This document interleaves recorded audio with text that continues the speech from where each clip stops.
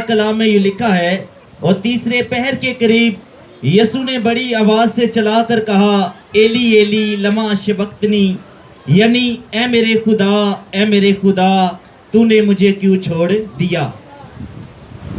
मसीह यसु के बाबरकत और जलाली नाम में आप सबको सलाम। चौथा कलमा यसु मसीह ने कहा कि ऐ मेरे खुदा तूने मुझे क्यों छोड़ दिया। मत्ती की अंजील 15 बाब उसकी 8 आयत में हम देखते हैं।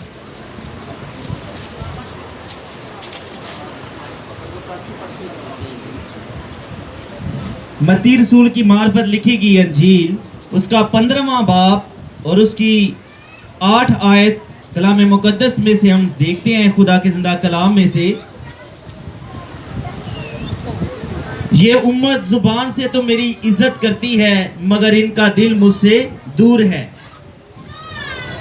मत्ती की अंजील में लिखा है कि ये उम्मत हम सबको खुदावंद यसु मसीह ने कहा। जुबान, यकूब के खत में लिखा है कि जुबान एक आग है जो जिंदगी को दाग लगाती है।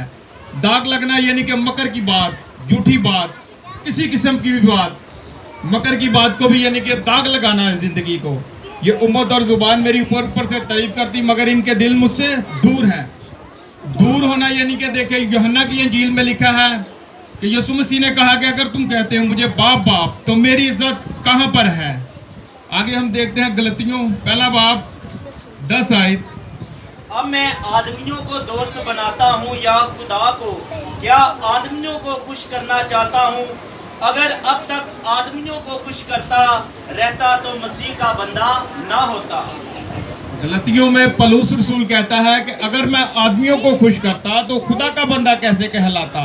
आदमियों को खुश करना यानी कि देखो कोई भी मज़ार है, कोई दोस्त है, इबादत का टाइम है, अगर हम कहते यार मैं ना उस दोस्त को चले जाता हूँ, उसको मैं खुश कर लूँ, खुदा को नहीं। पौलुस रसूल कह रहा है अगर मैं आदमियों को खुश करूँ तो खुदा का बंदा कैसे कहलाऊँ। हमें खुदा के कानून, आइन कानून को माने तो हम खुदा के बंदे फिर बनते हैं। आगे देखते हैं कि यसु मसीह ने कहा कि जितने भी मुझसे पहले आए सब चोर, लुटेरे और डाकू थे, कोई काबिल नहीं था सिवाय यसु मसीह के। आगे देखते हैं हम पैदाइश 2 बाब 15 आयत।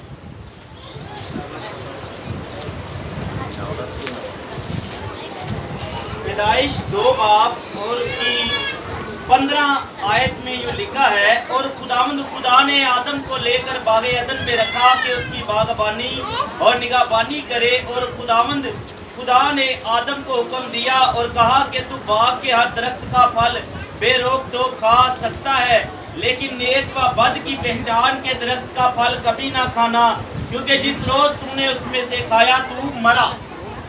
जो यसु मसीह ने आदम को कहा कि आए आदम हर फल खा ली पर नेक व बद का फल ना खाना, मगर आदम ने खुदा की आवाज को ना सुना, उसने गुनाह किया, जिसके सबब से यसु मसीह ने कहा,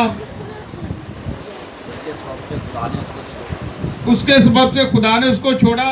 ज़बूर 22 उसकी पहली आयत देखते हैं।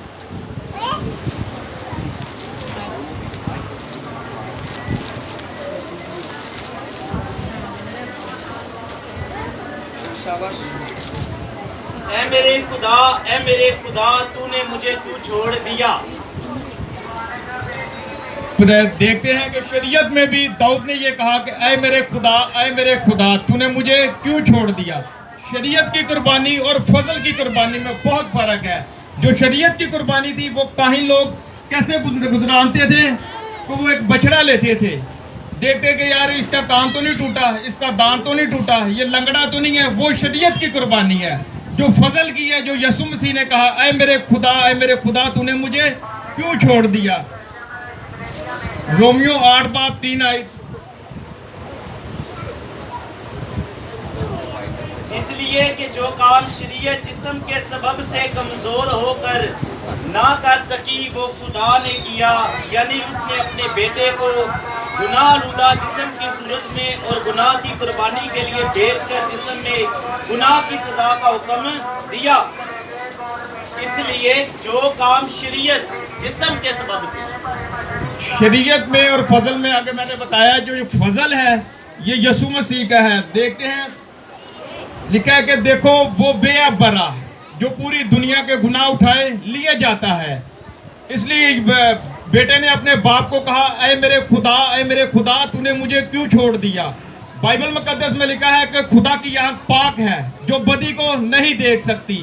इस सबब से खुदावन ने कहा, बेटे ने कहा, ऐ मेरे खुदा तूने मुझे क्यों छोड़ दिया, क्योंकि उसने हम सब के गुनाह, आदम के गुनाह को खत्म करने के लिए हम सब के गुनाह अपने सर पर ले लिए।